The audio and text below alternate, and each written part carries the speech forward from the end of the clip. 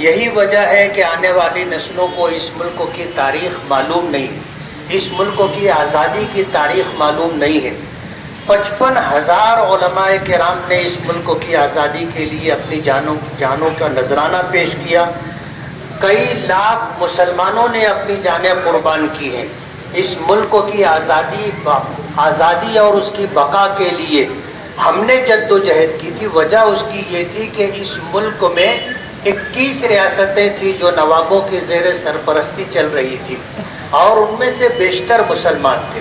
اس ملک کو انگریزوں نے اگر چھینا تھا تو ہم مسلمانوں سے چھینا تھا۔ آپ یاد کیجئے 1799 کا وہ دن جس دن سلطان فتح علی ٹیپو کی شہادت ہوئی تھی، تو انگریز فوجی کرنل نے ٹیپو سلطان رحمت اللہ علیہ کے لاش کے اوپر، ان کی میت کے اوپر اپنا پیر جوتا سمیت رکھ کر یہ کہا تھا کہ آج سے یہ ملک ہمارا ہے۔ سلطان فتح علی ٹیپو وہ آخری مجاہد تھے جو اس ملک کی آزادی کی بقا کے لیے جد و جہد اور کوشش کر رہے تھے۔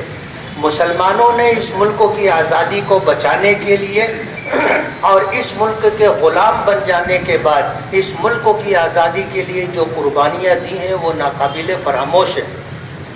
انگریزوں نے جو تاریخ لکھی ہے، اگر اس تاریخ کو آپ پڑھو گے تو وہ اس بات کا اعتراف کرتے ہیں کہ اس ملک میں جن سے ہم نے ملک کو چھینا ہے، اس ملک کی آزادی کے لیے وہی لوگ سب سے زیادہ جد و جہد اور کوشش کرنے والے ہیں۔ اسی لیے انگریزوں کا ظلم و ستم ہم مسلمانوں پر ہی رہا، دوسری قوموں پر نہیں رہا۔ دوسری قوموں نے اس ملک کی آزادی کے لیے وہ جد و جہد اور کوشش نہیں کی جو کرنی چاہیے تھی۔ اس کی آزادی کے لیے جد و جہد اور کوشش مسلم علماء اور مسلمانوں نے کی، اسی لیے انگریزوں کے ظلم و ستم کا نشانہ ہم ہی بنے۔ 55,000 علماء اور 2 لاکھ سے زائد عام مسلمانوں نے قربانی دی۔ کب جا کر کے یہ دیش آزاد ہوا ہے؟ میں آپ سے یہ گزارش کروں گا کہ اس طرح کے پروگراموں کو پورے جوش و خروش کے ساتھ منانا چاہیے، اور اس بات کو پیش نظر رکھنا چاہیے کہ جب کہیں جہاں کہیں اس طرح کے پروگرام ہو، بد نظمی نہ ہونے پائے اور ہم لوگ جو ہے ہلڑ بازی نہ کریں، شور شرابہ نہ کریں، جس سے ہم مسلمانوں کی شبیہ خراب ہوتی ہے۔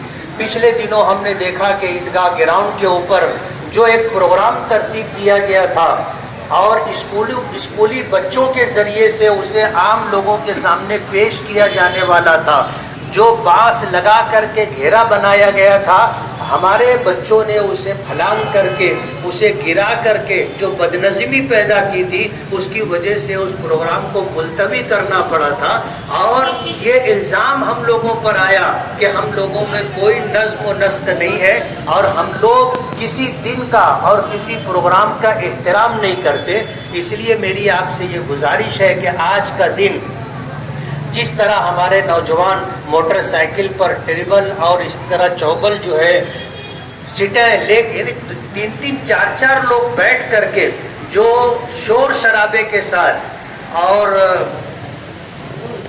ہلڑ بازی کرتے ہوئے تیز رفتاری کے ساتھ موٹر سائیکل چلاتے ہیں، خود بھی حادثے کا شکار ہوتے ہیں، ان کی وجہ سے دوسروں کو بھی نقصان اور تکلیف ہوتی ہے۔ اس سے بچنا چاہیے۔ 9:05 پر عیدگاہ گراؤنڈ پر سرکاری طور پر جو ہے یہ پروگرام منعقد ہوگا۔ سبھی لوگوں سے گزارش ہے کہ وہاں بھی پہنچنے کی کوشش کریں۔ جمعیت علماء مالیگاؤں، اس کے صدر و اراکین اور اسی طرح تمام ذمہ داران اور عام ممبران کی طرف سے ہم ملک کے تمام ہی لوگوں کو جشن یوم آزادی کی پرخلوص مبارکباد پیش کرتے ہیں، اور یہ دعا کرتے ہیں کہ اللہ تعالیٰ اس ملک کو حقیقی آزادی عطا فرمائے، اور اس ملک کے لیے جو دستور اور سنویدھان بنا ہے اور اس میں اقلیتوں کے لیے جو حقوق متعین کیے گئے ہیں، ان حقوق کا حصول ہمارے لیے آسان ہو۔ مبارکبادی دیتے ہوئے اپنی بات کو ختم کرتا ہوں۔ بہت بہت شکریہ۔